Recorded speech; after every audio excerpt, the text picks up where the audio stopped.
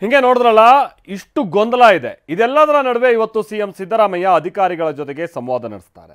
ಸಮಸ್ಯೆಗೆ ಪರಿಹಾರ ಒದಗಿಸೋ ಕೆಲಸ ಮಾಡುವಂತ ಪ್ರಯತ್ನ ಮಾಡ್ತಾರೆ. ಇವತ್ತಿನಿಂದಲೇ 100ಕ್ಕೆ 100ರಷ್ಟು ಸಮಸ್ಯೆ ಪರಿಹಾರ ಆಗುತ್ತೆ ಅಂತ ಸಿಎಂ ಸಿದ್ದರಾಮಯ್ಯನವರು ಭರವಸೆ ಕೊಡ್ತಿದ್ದಾರೆ. ಸರ್ಕಾರ ಏನು ಹೇಳ್ತಾ ಇದೆ? ಶಿಕ್ಷಕರುಗಳು ನೋಡಿದ್ರೆ ಇದು ಬಹಳ ತಲೆ ಕೆಟ್ಟು ಹೋಗ್ತಾ ಇರೋ ಕೆಲಸ ಅಂತ ಹೇಳ್ತಿದೆ.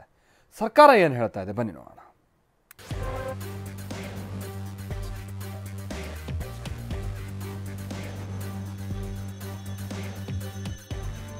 ಜಾತಿ ಸರ್ವೆಯಲ್ಲಿ ಇಂದಿನಿಂದಲೇ ಎಲ್ಲಾ ಸಮಸ್ಯೆ ಪರಿಹಾರ.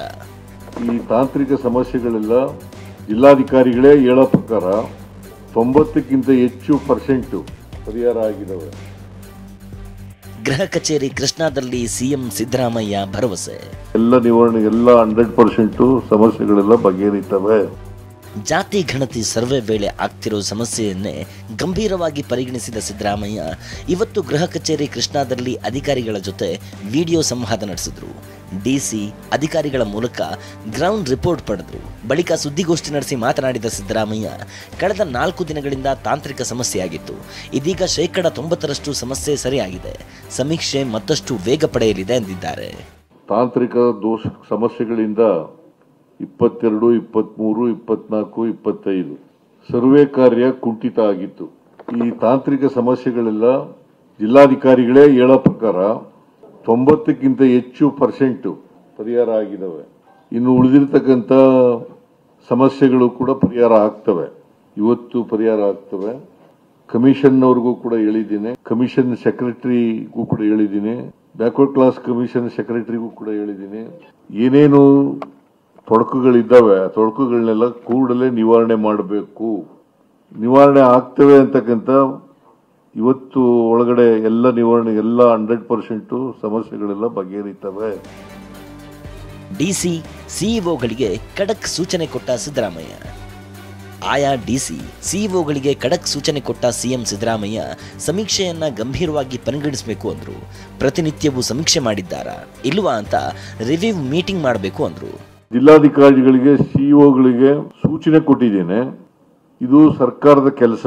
ಸರ್ಕಾರ ಸರ್ವೆ ಮಾಡಿಸ್ತಾ ಇರ್ತಕ್ಕಂಥದ್ದು, ಸೋಶಿಯೋ ಎಜುಕೇಶನಲ್ ಸರ್ವೆ ಮಾಡ್ತಾ ಇರ್ತಕ್ಕಂಥದ್ದು ಸರ್ಕಾರ.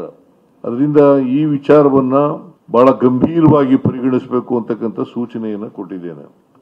ಪ್ರತಿದಿನ ಜಿಲ್ಲಾಧಿಕಾರಿಗಳು ಮತ್ತು ಮುಖ್ಯ ಕಾರ್ಯನಿರ್ವಹಣಾಧಿಕಾರಿಗಳು, ಸಿಇಒಗಳು ರಿವ್ಯೂ ಮೀಟಿಂಗ್ ಅನ್ನ ಕಂಡಕ್ಟ್ ಮಾಡಬೇಕು. ಪ್ರತಿದಿನ ರಿವ್ಯೂ ಮೀಟಿಂಗ್ ಕಂಡಕ್ಟ್ ಮಾಡಬೇಕು. ಏನಾದ್ರು ಸಮಸ್ಯೆಗಳಿದ್ರೆ ಕೂಡಲೇ ಅದನ್ನು ಬಗೆಹರಿಸಬೇಕು.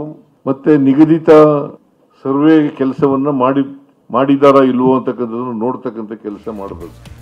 ಇನ್ನು ಡಿಸಿಎಂ ಡಿಕೆ ಶಿವಕುಮಾರ್ ಮಾತನಾಡಿ, ಇನ್ನು ಮುಂದೆ ಯಾವ ಸಮಸ್ಯೆ ಬರೋದಿಲ್ಲ, ಎಲ್ಲರೂ ಸಮೀಕ್ಷೆಗೆ ಸಹಕಾರ ಕೊಡಿ ಅಂದ್ರು.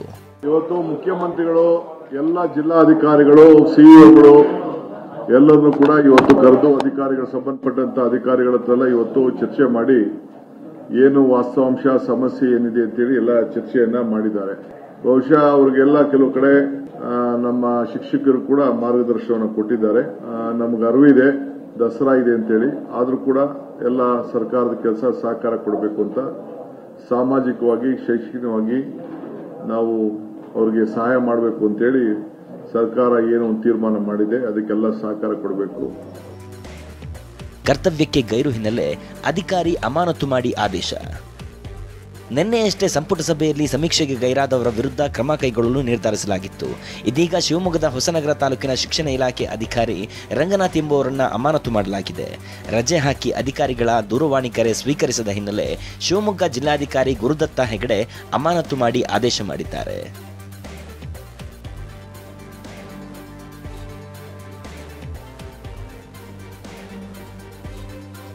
ಜಾತಿ ಗಣತಿ ವೇಳೆ ಇನ್ಮುಂದೆ ಯಾವ ಸಮಸ್ಯೆಯೂ ಬರೋದಿಲ್ಲ. ಇವತ್ತಿನಿಂದಲೇ 100ಕ್ಕೆ 100ರಷ್ಟು ಸಮಸ್ಯೆ ಪರಿಹಾರ ಅಂತ ಸ್ವತಃ ಸಿಎಂ ಸಿದ್ದರಾಮಯ್ಯನವರೇ ಸುದ್ದಿಗೋಷ್ಠಿ ನಡೆಸುವ ಮೂಲಕ ಭರವಸೆ ಕೊಟ್ಟಿದ್ದಾರೆ.